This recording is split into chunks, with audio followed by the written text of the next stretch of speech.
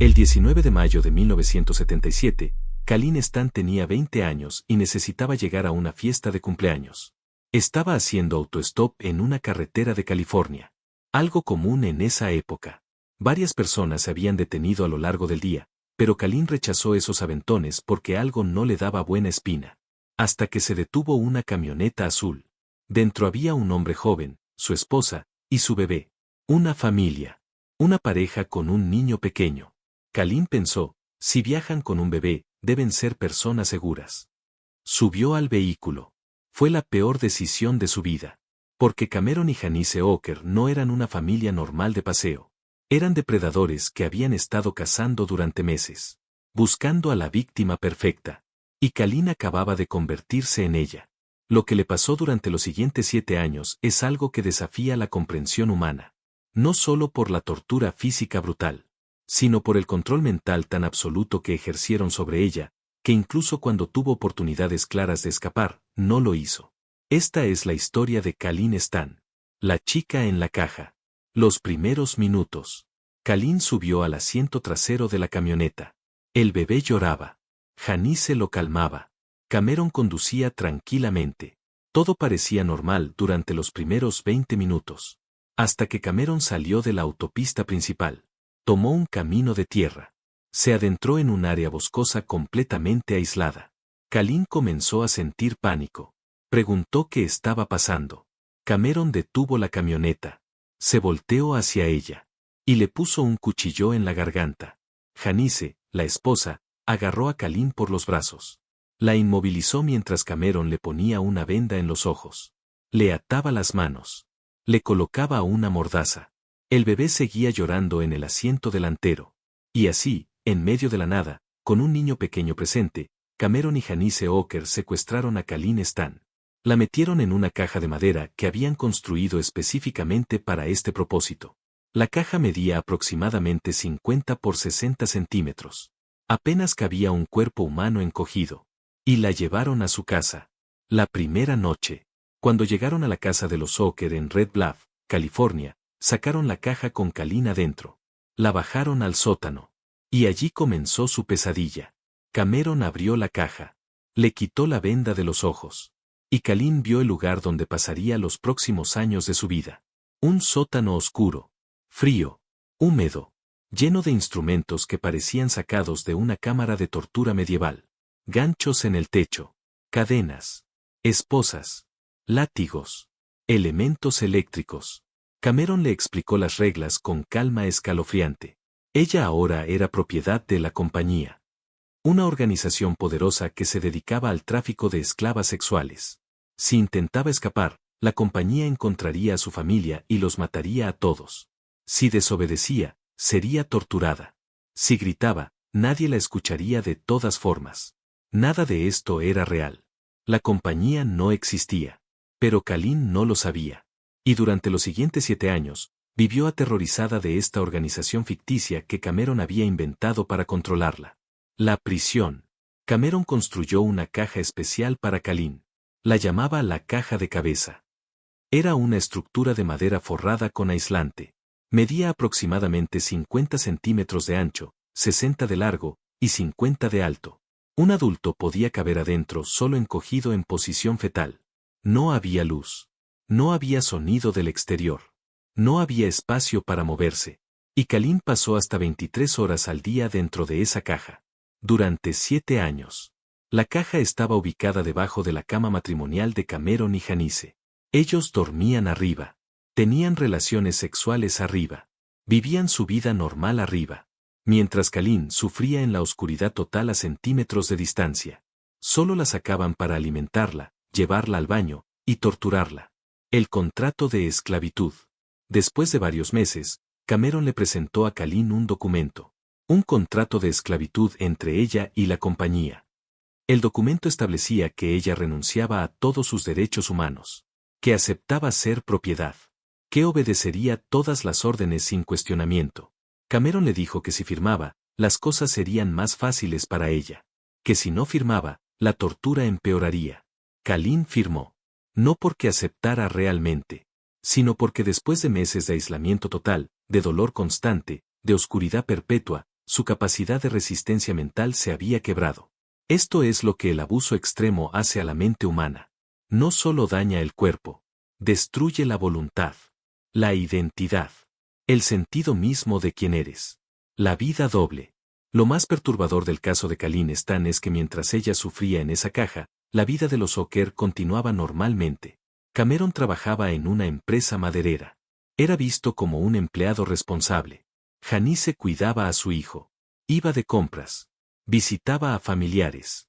Tenían vecinos, amigos, familia que los visitaba. Y nadie sabía que debajo de su cama matrimonial había una mujer encerrada en una caja. A veces, cuando había visitas en la casa, Colleen podía escuchar conversaciones, risas, pasos en el piso de arriba, gente a metros de distancia que nunca supo que ella estaba allí. El lavado de cerebro. Con el tiempo, Cameron permitió que Colleen saliera de la caja por periodos más largos. La dejaba trabajar en la casa, limpiar, cocinar. Incluso la dejaba salir al patio trasero. Pero Colleen no intentaba escapar. ¿Por qué? Porque el lavado de cerebro era tan completo, tan profundo, que ella genuinamente creía que la compañía la estaba vigilando. Que si intentaba huir, matarían a su familia. Cameron había implantado tanto miedo, tanta paranoia, que las cadenas físicas ya no eran necesarias. Las cadenas mentales eran suficientes. Tortura sistemática. Durante los 7 años de cautiverio, Cameron torturaba a Colleen de formas que son difíciles de describir. La colgaba del techo durante horas. La azotaba. Le aplicaba electricidad con cables conectados a diferentes partes de su cuerpo. La obligaba a permanecer en posiciones dolorosas durante días. La privaba de comida hasta que quedaba en los huesos. Y cuando Janice protestaba, cuando decía que era demasiado, Cameron la amenazaba a ella también. Janice vivía con miedo de convertirse en la próxima víctima. Así que se volvía cómplice. Ayudaba. Participaba. Porque en su mente, era mejor que Colleen sufriera a que ella misma sufriera. La llamada a casa. En 1981, después de 4 años de cautiverio, Cameron permitió que Colleen llamara a su familia. Le dijo exactamente qué decir. La vigiló mientras hacía la llamada. Colleen habló con su padre. Le dijo que estaba bien. Que había conocido a alguien. Que estaba viviendo en otro estado. Que no se preocuparan. Su padre le creyó. ¿Por qué no lo haría? La voz era de su hija. Sonaba tranquila. No había señales de peligro. Cameron era tan meticuloso que incluso permitía a Colleen mantener contacto limitado con su familia para que no la buscaran. Controlaba cada palabra, cada carta, cada llamada, manteniendo la ilusión de que Colleen estaba viva y bien, mientras la mantenía esclavizada en su sótano. El trabajo fuera de casa. En 1984, 7 años después del secuestro, Cameron hizo algo increíble. Dejó que Colleen consiguiera un trabajo. Fuera de la casa. En un motel local. Colleen salía de la casa de los Oker cada día. Iba a trabajar. Interactuaba con personas normales. Podía haber llamado a la policía en cualquier momento. Pero no lo hizo. Porque después de 7 años de lavado de cerebro, de tortura, de aislamiento, su mente estaba tan fragmentada que ya no podía imaginar una vida fuera de esa prisión. Cameron había destruido su sentido de autonomía tan completamente que incluso con libertad física, permanecía mentalmente encadenada. Compañeros de trabajo la describían como callada, extraña, asustadiza, pero nadie preguntó demasiado. Nadie investigó. Janice rompe el silencio. En 1984, algo cambió en Janice Oker. Después de años de ser cómplice, después de años de vivir con la culpa, después de ver el sufrimiento constante de Colleen, algo en ella se quebró. O quizás finalmente despertó. Un día, cuando Cameron no estaba en casa, Janice se acercó a Colleen. Y le dijo la verdad. La compañía no existía. Nunca había existido. Era todo mentira. Una fantasía que Cameron había creado para controlarla. Colleen no lo podía creer. Después de 7 años viviendo aterrorizada de esta organización, ¿nunca fue real? Janice le dijo que podía irse, que era libre. Pero Colleen no sabía cómo procesar esta información. Su mente había sido tan manipulada que la verdad parecía más irreal que la mentira. La escapada. Finalmente, después de días de persuasión de Janice, Colleen aceptó irse. Janice la llevó a una estación de autobuses. Le dio dinero. Y Kalin, después de 2563 días de cautiverio, subió a un autobús hacia su casa. No fue directo a la policía. Fue a ver a su familia. Cuando llegó a la casa de su padre, él casi no la reconoció. Había envejecido. Estaba demacrada. Sus ojos mostraban un trauma que no podía expresar con palabras. Pasaron días antes de que Kalin finalmente contara lo que había sucedido. Y cuando lo hizo, su familia la llevó a las autoridades. El arresto. Cameron Walker fue arrestado en noviembre de 1984. Cuando la policía llegó a su casa y registró el sótano, encontraron la caja, los instrumentos de tortura, los diarios donde Cameron documentaba meticulosamente cada acto de abuso, las fotografías que había tomado de Kalin durante sus torturas. Era evidencia abrumadora. Janice Walker testificó contra su esposo a cambio de inmunidad. Contó todo. Los 7 años de horror. Su propia complicidad. El miedo que la mantuvo silenciosa. En 1985, Cameron Walker fue condenado a 104 años de prisión. Sigue allí hasta hoy. La recuperación. Kalin Stan tuvo que reconstruir completamente su vida. No solo físicamente, aunque su cuerpo había sufrido daño permanente por años de confinamiento, sino mentalmente. Pasó años en terapia, tratando de entender lo que había sucedido. ¿Por qué no había escapado cuando tuvo oportunidades? ¿Por qué firmó ese contrato? ¿Por qué llamó a su familia diciendo que estaba bien? Y lentamente, comenzó a comprender que no fue debilidad, fue supervivencia. Su mente hizo lo que tenía que hacer para mantenerla viva. El mensaje. Hoy, Kalin Stan tiene más de 60 años. Ha hablado públicamente sobre su caso en contadas ocasiones. No para revivir el trauma, sino para educar. Para que la gente entienda cómo funciona el control mental. Como las víctimas de abuso extremo no simplemente escapan cuando tienen la oportunidad. Porque el abuso no solo encierra el cuerpo, encierra la mente.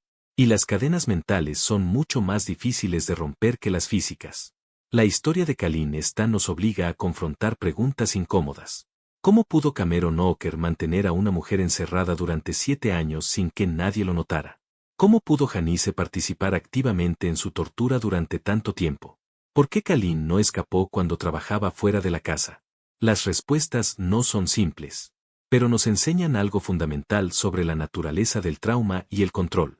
Que el abuso extremo no solo daña, transforma, cambia la forma en que una persona percibe la realidad, sus opciones, su propia capacidad de actuar. Y que juzgar las decisiones de una víctima desde afuera, sin entender ese contexto, es injusto. Kalin Stan sobrevivió 7 años en una caja.